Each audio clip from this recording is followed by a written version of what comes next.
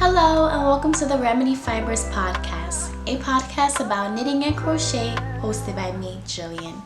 If you're new here, welcome, and if you're a returner, thank you so much for coming back to my channel. Today is a quick check-in where I'll show you some finished objects. I actually have two finished objects for today. A new work in progress that I just cast on right now, maybe a few hours ago, as well as some future works in progress I'm excited to cast on, and I have some swatches ready to show you. We also have a giveaway today, woo! So I'll give you more details on how you can enter the giveaway later in this video. But if you're new here, I live in Northern California with my husband and dog Benny. I love everything yarn related, and I hope you stay for my yarn journey. So let's get started. I'm wearing my Ranunculus by Midori Hirose, and originally I bought two skeins of this thinking that I would make a oversized long sleeve version, but after I tried it on, I realized that the color was just not popping. It wasn't giving me life, and it was a little bit more bland, and it muted me out more than I anticipated. So I decided I wanted to cast this off ASAP, just because even though I love the pattern, this color just wasn't giving me life. So I didn't even extend the sleeves. As soon as you separate the sleeves, I did an I-cord bind off, and then I knit all the way to the very last bit of yarn. I played yarn chicken, so it's a little bit cropped, but I did finish it with the I-cord bind off as well. And the reason why I played yarn chicken was because I didn't want to cut into this skein because it's actually going to be part of our giveaway. So back to the finished objects. This took me about a month to finish just because I was just really slow to work on it. But I love the pattern. If you haven't knit the Ranunculus yet, I think in Ravelry there's already 50k plus projects or around there, so it's a very popular pattern, and I think it's popular because it's really easy to follow. And even if you're not so comfortable with knitting instructions, there are many YouTubers that have video tutorials alongside with it that can help you decipher the knitting terminology. But I love it. Even though the color wasn't giving me life, this is definitely going to be a summertime piece. I need to get the right skirt, the right dress to wear with it, or even some high-waisted jeans. I think it's a great summertime look. So the next finished object that I have is the Fall Pullover Sweater by Wannipa Yunker. And even though I finished this sweater last week, I still had to add this flower decorations on it. And I asked in the comments, which one should I do? Should I just do a line of flowers or a cluster of flowers? And I heard from you all pretty much 50-50, and so I wanted the easy way out and just wanted to crochet 3 flowers. But after I kind of played with it, I like the cluster of flowers much better, so let me try it on for you. So this is how it looks with the cluster of flowers. I think it's so cute and such a good piece to wear for the spring, for the summer, and something that is really gonna be an eye catcher, eye showstopper, all those things, just because I feel like this is really unique. I never have made anything like this, and I know there's a lot of patterns coming out with flower motifs or embellishments, but this is the first time that I've tried anything like this. And I can include in the comments the pattern that I used to make these flowers because it's not part of the pattern. I crocheted the flowers separately and then sewed them on, but I think it's really cute. This is gonna look really great with a dress or a skirt as well, and I'm excited to wear it for the upcoming spring season. This is Terrapin Fiberworks, so it is summer friendly yarn, and I'll include all the information from the colorway and which type of yarn that I ordered from her down below in my Ravelry project page. So next up, we're going to talk about works in progress. So I finally cast on, inspired by one of my favorite YouTubers, Queen Yarn Boutique, Rochelle. She actually just finished her Yearround Popover by Melissa Georges, and I just cast mine on, and so this is how it looks. I started it today, and I'm a little bit worried that I'm not going to have enough yarn for it. That I'm using my hand spun yarn, and even though it looks pretty big, I think it might be a little bit deceiving. So I hope I have enough yarn because I don't know if I could. Okay, just a disclaimer, I live on a college campus and it is Saturday night. They are living their best lives and it is very loud outside, especially with all of these cars and these, I don't know what they do to their mufflers here in California, but everything sounds like Need for Speed.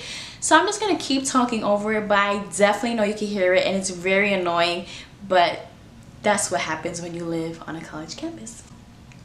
So I'm working on my year-round popover, like I was saying before I was really interrupted by them outside. And it's coming out really cute. I'm just concerned that I'm not gonna have enough yarn, but we'll get there. We'll figure it out when we get there. But I'm enjoying it. The instructions are really, really clear and understanding, and I love the way that this pattern is written because it really speaks to my organized brain. It's not so chaotic. It gives you step by step, and it doesn't combine all of the instructions in one long piece. It breaks it out into like a little paragraph until you move on to the next section.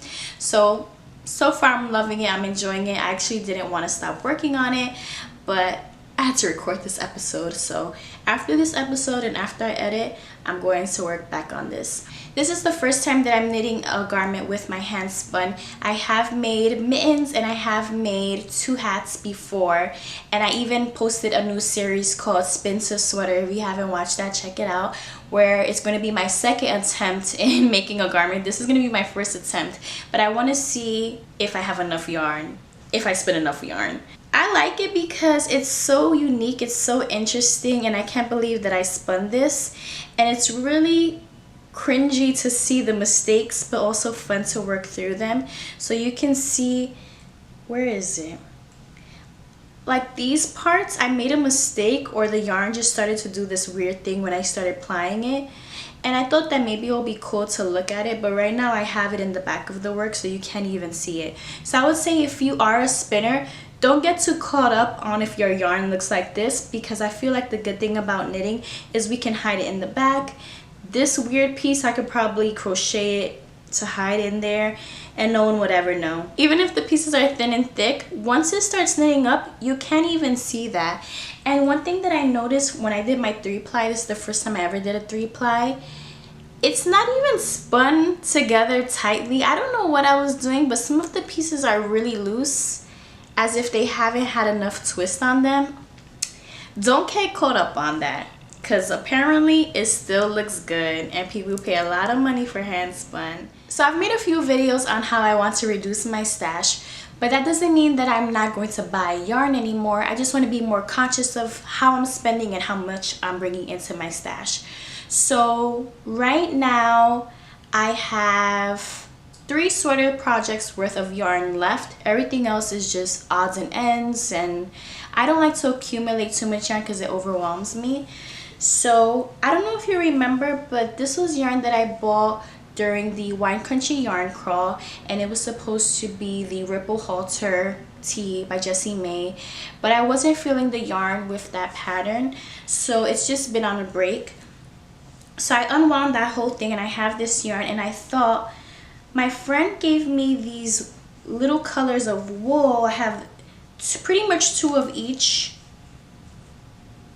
of these colors, and I don't know if it's gonna be enough, but I was thinking a Soldotna, the Caitlin Hunter pattern. I don't know how to pronounce it. I think it's called Soldotna. But I was thinking a colorwork pattern with this as the main color and this as the accent color, pinks and purples. It's so cute, and I'm thinking, let's just try it.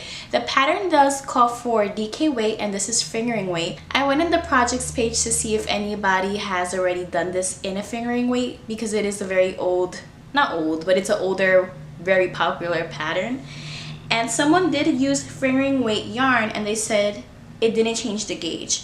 So right now I did a gauge swatch this morning, and fingering weight yarn on a US 5, and I met gauge.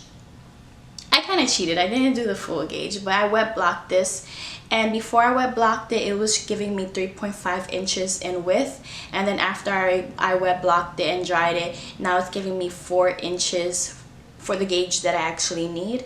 So I think this is gonna be my first colorwork sweater since grad school, which was a long time ago. My first colorwork sweater was the Tecumseh by Caitlin Hunter, and I didn't know how to do short rolls. It didn't come out well. I gave that sweater away. So this is going to be my first colorwork sweater now that I have advanced so much since grad school. I want to say I made that sweater in 2018-ish. So I'm excited to see how it works up. I don't know if I have enough yarn because I only have 2 balls of yarn for each different color, except the hot pink. I have 4 of these, but we're just gonna give it a go. This year I'm living life on the edge and I'm playing yarn chicken literally for every project. So speaking of my facial, today I have no makeup on, and normally I like to record with makeup on because you know this is my show, this is my TV show. But I googled it and it said you should not put makeup on your face after you've had a facial. So I've been getting a facial once a month since December time, and it was a gift to me because I spent the holidays by myself. But it's a little bit out of my comfort zone today, but I wanted to talk to you about my facial today.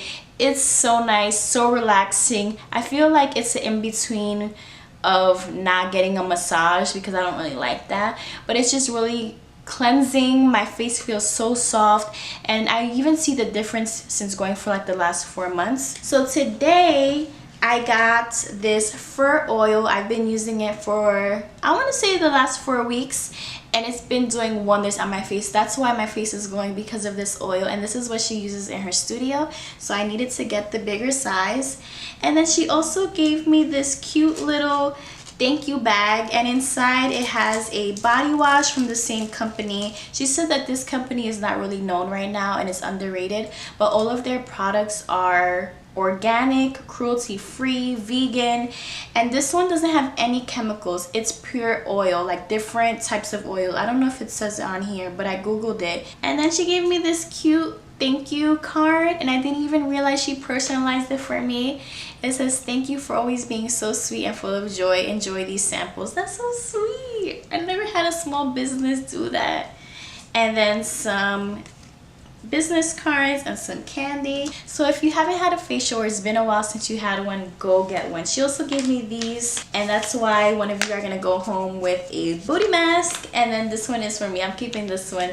This one just says acai berry face mask. Go get that face massaged, oiled, clean. She has like coatings, steam, all these things that smell good, peeling mask.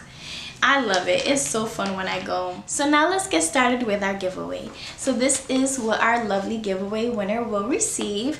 So the first part of the giveaway is a skein of archaic fibers. This is fingering weight yarn in the Fremont Tweed Lemon Ice colorway. Next up, we have a crochet kit of Sloth Amigurumi.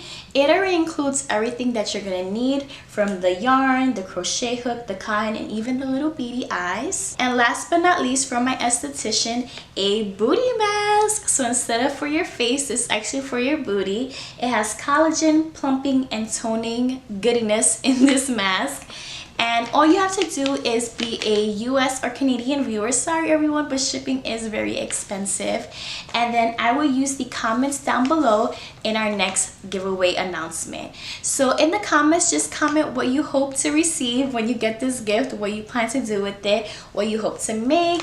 If you're not a crocheter, would you gift this to someone else that enjoys crochet? Just comment down below, maybe what you're working on, anything. Any comment is going to be entered into the giveaway for next week. And as always, all the other podcasters are saying it, I would never ask you for money. I would never comment saying you want a giveaway.